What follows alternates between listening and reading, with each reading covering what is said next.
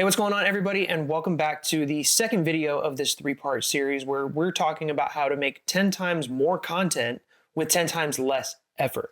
Okay, so in the first video, we went over the pre-production stage and how we are able to get down our thoughts onto paper or in a digital format to be able to track what it is that we're going to batch record and batch edit so that we can post all this content at one time and not have to take a little bit of time out of our day to be able to make the content that we know that we need to be making to push our businesses and our brands forward online. But what I'm going to go over today is I'm going to go over a few things. So a little bit of equipment suggestions, a little bit in how to go about shooting.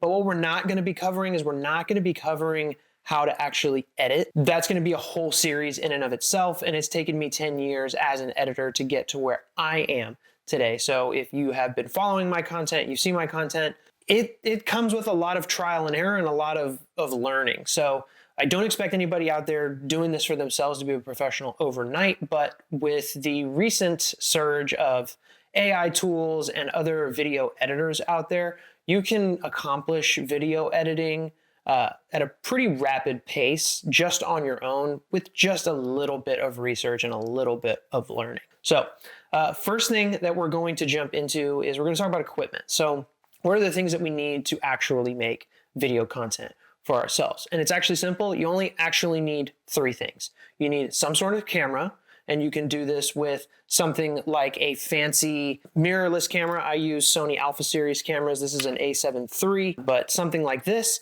if you're willing to invest in your content, definitely recommend something like this. But if you're just starting out and you don't even know if content is your thing yet, but you want to try or whatever, your simple smartphone works well. It does wonders as far as having a long battery life, and it'll do what we need it to do. But there are a few other components that we actually need as well. So other things that you're going to need is some sort of audio capture or a microphone. The microphones that come on our phones, they do okay, but they could be maximized and better with just a simple plug and play microphone that you get. So you can go and find some links down below here to some suggestions. I have some high-end suggestions and some low-end suggestions, but some basic things that you'll just need. So some sort of lavalier or podcast style microphone, depending on kind of what you want your setup to look like. You can get something on an arm that looks like this, right? Or you can get something like you can see here. I have a lavalier setup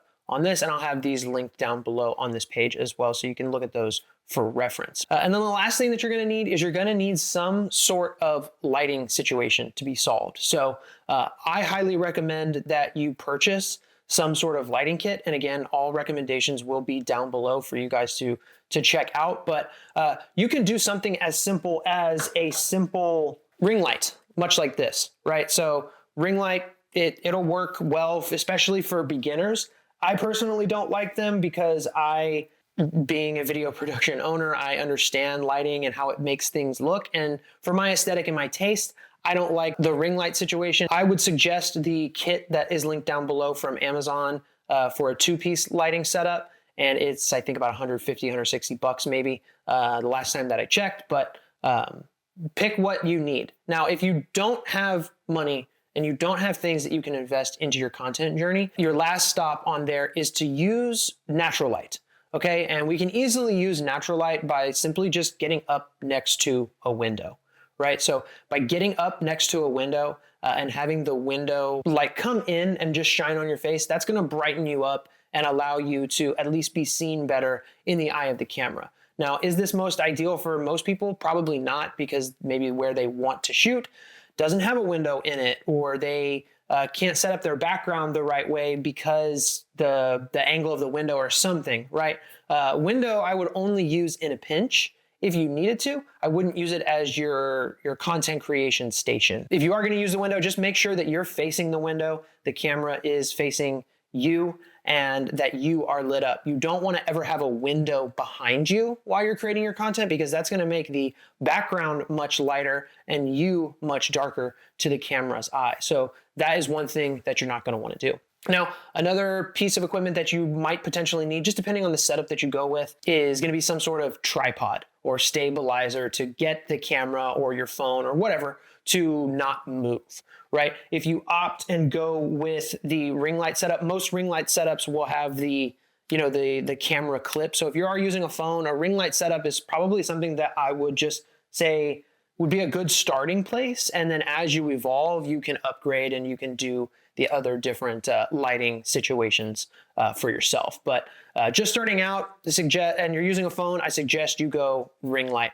option. It's just the kind of easier all-in-one thing to do. If you are not going with the ring light option though, a little bit of tips on setting up lighting. So you may be able to tell from the angle that you're at with me right now is I have a light just off to my side here, and it's pitched up and pitched down on me at about a 45-degree angle from the camera.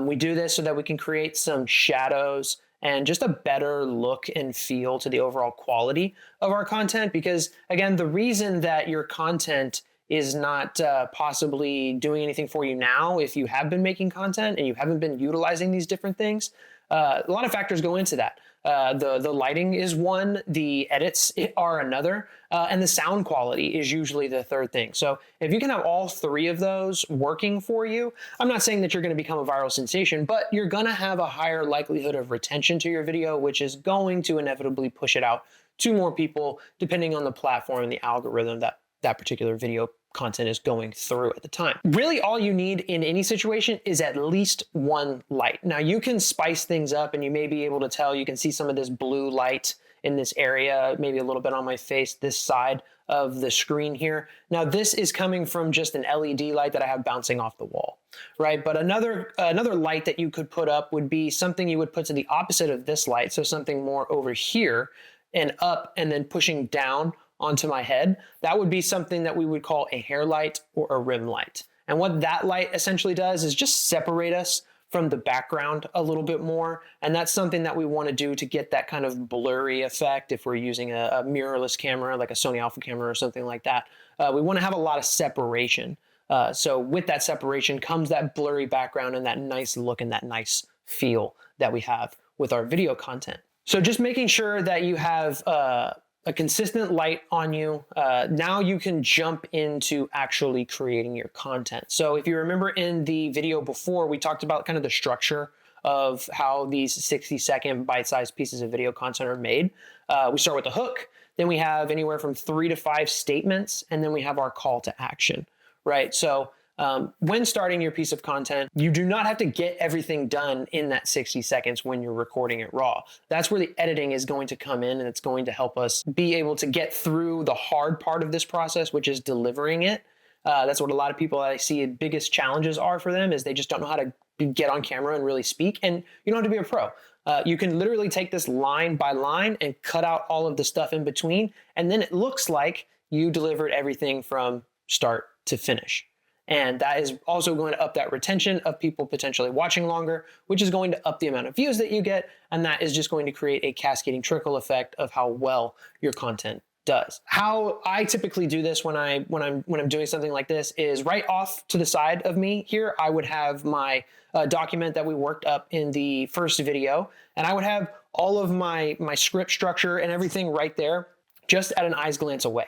So what we do is we would start off with the hook, and I will use this video that we're creating right now as kind of an example. So I'd pause, I'd make sure that I'm rolling on the camera, and then I would start like something like this. Here are 3 reasons why that your content is currently not performing as well as it could be. So that's my hook. That's just telling the people something that's coming in this video later to give them some value. So the 3 things that they need to make better video content. Then what I do is I would make sure that I have my thoughts, look at my screen again and make sure that I know what my script structure kind of looks like.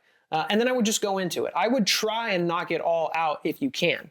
But you might get to a point where you feel like you're rambling on and you're not getting your thoughts out, and you might need to take pause, restructure, start over from maybe a particular point and go from there. So what that kind of looks like for me would be this. I would come back and I would know that the first thing that I'm going to be talking about is adequate lighting, right? So I would look back at the camera, I would adjust, take my breath. So the first thing that you're going to need to make higher quality videos for your content is you're going to need lighting. Lighting makes all of the difference in the retention of our videos, because if our videos aren't lit well, that means people can't see us. That means they don't want to watch or hear about us. So that's my first statement, right? Then I would gather my thoughts. I would make sure that, okay, do I have statement two?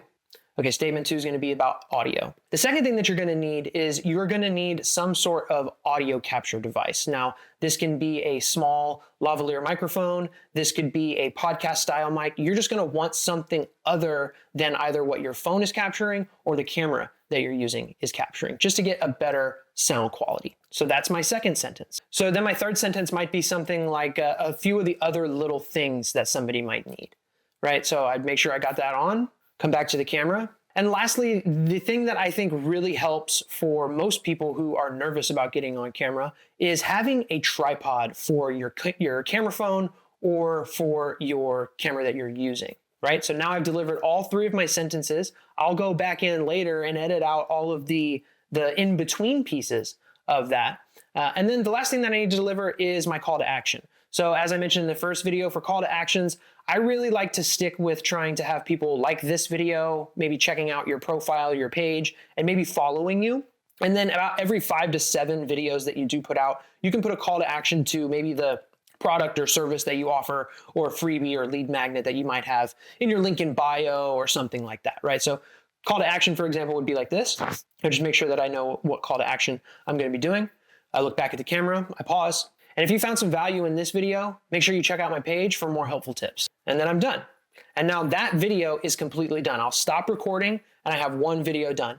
And I'm going to rinse and repeat that same process for all of those videos that I made for that month. So it will be a lot at the beginning. You have 30 of them, right? But that's one piece of content every day. Now, if you don't want to start there, don't start there. Maybe do half of them, do 15, and then you can post one every other day until you can work yourself into this habit of actually making content. So by now you can see that this is not necessarily easy street. Like, this takes work, this takes effort in doing, accomplishing a certain goal, right? But if you believe out there that having more video content and being more present on social media is going to be something that's going to be beneficial for your business later, then it is something that you definitely need to start doing right now. So with all of that, that has been kind of the fast track and my tips and my tricks and the things that you need and ways that you can go about making video content for yourself, and feeling a little more natural with it. Now, I know that it's very unnatural for people who are just starting, and even people who maybe are in that boat where they just don't feel like they figured it out yet, right? But it is definitely a process. A little bit of a backstory for me. Before I started even doing this and making my own content, because I was very much the person that was always behind the camera. I didn't want to be on this side of the camera. And to be honest with you, half the time, I still don't want to be on this side of the camera, but I know what doing things like this are going to do for my business in the future. So that's why I made the conscious effort to make content. But before I even started doing this and making short form content for myself, one thing that I had to do is I had to start a YouTube channel. And I was making longer form videos, anywhere from 6 to 15-minute videos of just about my expertise, right? They were highly edited. We cut out all the pauses. We cut out all the dead space, but they were just so that I could get on this side of the lens and I could get comfortable in speaking the way that I do on camera. You might notice that not a lot of this video is edited. There are a few little mess ups and a few little tweaks and changes and jump cuts in here that I had to make. But for the most part, this is pretty much straight through. But it's not natural. It's not easy for everybody when they get started. But the only way that I think that you fail with this side of marketing and this side for your personal brand or your business is starting and then stopping. That's the only way that you can fail. If you start not with the expectation to be a professional right at the beginning, or come out with, 1 million pieces of content in the first month, that's the way that you need to set the expectation for yourself. And I promise you that with just being consistent with it, you will find out your best way of working through everything, and you will find what works for your business, your brand, and what you want to put out there on social media. So this is going to conclude this video. And if you have any other questions for me, remember that at the end of this whole thing, there is a place for you to book a free consultation call because you've earned it by getting this far, and you can talk to me about this system, about this process. And if you're interested in having somebody like me take over something like this for you, then we can talk about that too. And you can find out how to do that in the calendar below. So stay tuned for the next video. It is right here below as well, where we are going to go over how to post all of this content in less time as well. So you're not hopping around from platform to platform or app to app on your phone. We can do it all in one location to post to all of the major platforms that we have our businesses and brands on social media.